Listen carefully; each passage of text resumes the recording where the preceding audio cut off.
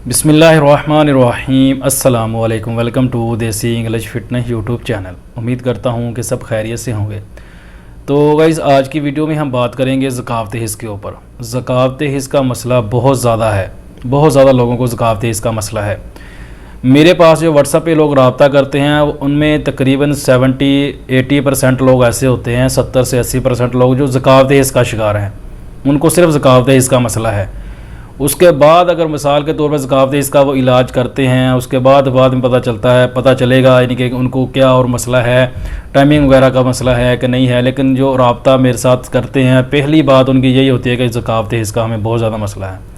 तो आज ज़कात हिस्स का ही मैं बेहतरीन और ज़बरदस्त नाश्ता आप लोगों को बताऊँगा, आप वो अपनाएँ तो इंशाल्लाह आपको उससे फ़ायदा होगा।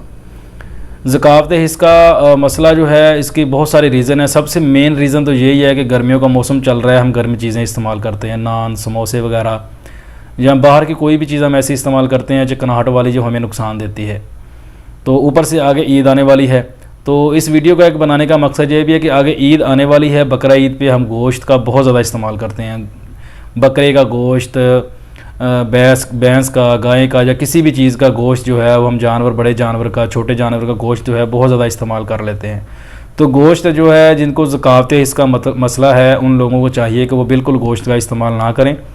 ईद के 1-2 दिन बंदा खाता है, थोड़ा बहुत इस्तेमाल करें, लेकिन जितना कम हो सके उतना कम गोश्त का इस्तेमाल किया जाए। बाद में दूसरे नंबर पे जो नुस्खा मैं आप लोगों को बताऊंगा, नुस्खा नहीं बल्कि ये नाश्ता है, एक नाश्ता मैं आप लोगों को बताऊंगा, ये आप लोग इस्तेमाल करें, इंशाल्लाह आपको इससे बहुत ज़्यादा फ़ायदा होगा। अगर आप लोग इसके साथ कोई मेडिसिन यूज़ कर रहे हैं पहले से, ज़कात हिस्स के लिए आपने कोई मेडिसिन बनाई हुई है जहाँ ख़रीदी हुई है किसी से, आप इस्तेमाल कर रहे हैं, तो वो मेडिसिन आप इस्तेमाल करते रहें, वो छोड़ने की ज़रूरत नहीं है। उसके साथ ये नाश्ता बनाएं और इसको आप इस्तेमाल करें। इसको नाश्ते को ये नहीं कि आपको ज़कात हिस्स का मसला है तब ही आप इसको इस्तेमाल करें, नहीं, अगर आप नॉर्मल है, ठीक है, आपको कोई मसला नहीं है, तब भी आप इसको इस्तेमाल कर सकते हैं। इसमें जो चीज़ें हैं सारी नेचुरल हैं और फ़ायदेमंद हैं, आपको जिस्मानी तौर पर ताकत देती हैं, आपके पट्ठों को मजबूत करती हैं। बेहतरीन और ज़बरदस्त ये चीज़ है, मनी को गाढ़ा करती हैं चीज़ें जो इसके अंदर इस्तेमाल की गई हैं। तो इसलिए ज़कात हिस्स वालों के लिए स्पेशली आज मैं एक नाश्ता लेकर आया हूँ, आप ये लोग बनाएं और इसको इस्तेमाल करें तो इंशाल्लाह आपको इससे बहुत ज़्यादा फ़ायदा होगा। ज़कात हिस्स का मसला बहुत ज़्यादा है, तो इसलिए मेरी आप लोगों से यही भी एक रिक्वेस्ट है कि फ़ौरन वीडियो वगैरह देखने से परहेज़ करें, बचें, अपने जहन को साफ़ रखने की कोशिश करें, नमाज़ वगैरह बंदा पढ़े, जहन को थोड़ा सा साफ़ रखें। जिन लोगों को ये मसला है ज़कात हिस्स का, कतरे वगैरह आते हैं, तो जब तक हमारा जहन साफ़ नहीं होगा तब तक ये जो मर्ज़ है ख़त्म नहीं होगा। मेडिसिन हम कोई भी इस्तेमाल करते रहें तो उसका हमारे ऊपर कोई असर नहीं होता, क्योंकि हमारी सोच जो है वो उसी जगह पे अटकी रहती है। तो जब हम सोचेंगे तो नफ्स में सख्ती आती है, जब नफ्स में सख्ती आएगी तो कतरों का आना, मज़ी का निकलना नेचुरल है, वो तो निकलेगा ही। तो इसलिए आते हैं अपने नाश्ते की तरफ जो मैं आज आप लोगों को बताने जा रहा हूं। उससे पहले नए आने वाले दोस्तों से रिक्वेस्ट है कि मेरे चैनल को सब्सक्राइब कर लें और साथ ही बेल आइकन के बटन पर क्लिक लाजमी करें ताकि मेरी हर नए आने वाली वीडियो की अपडेट आपको टाइम पे मिल सके। वीडियो को लाइक आप लोगों ने कर दिया होगा, तो आप लोगों को मैं बताता चलूँगा जो चीज़ें हमने इसके अंदर इस्तेमाल करनी है। 8 से 10 बादाम ले लें, छिले हुए, रात को पानी में भिगो के रख दें, सुबह आप बादाम जो है उनको छील लें।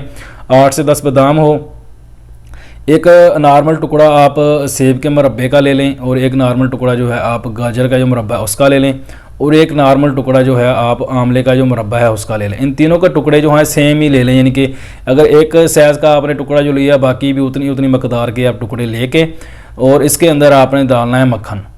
मक्खन आप 1 से 2 चम्मच के दरमियान इस्तेमाल कर सकते हैं। 1 चम्मच ले लें, 1.5 ले लें, 2 चम्मच लें। फ्रेश मक्खन अगर आपको मिलता है, घर में बनाते हो, जब बाहर से मार्केट से अच्छा मक्खन लेके आप इसके अंदर यूज़ कर सकते हो।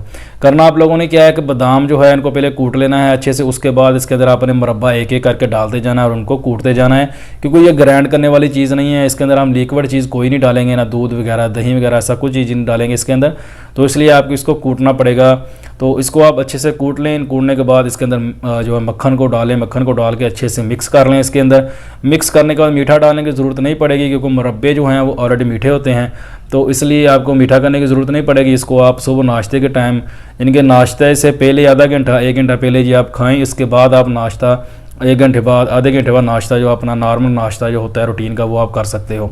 लेकिन इसमें आपने एक चीज़ का ख्याल रखना है कि सुबह नाश्ते में अक्सर लोग अंडे और पराठे का इस्तेमाल करते हैं, पराठा भी आपने छोड़ देना है और अंडा भी आपने छोड़ देना है। ये दोनों चीज़ें आप लोगों ने इस्तेमाल नहीं करनी जब तक आपका ज़कात इसका मसला ठीक नहीं होता।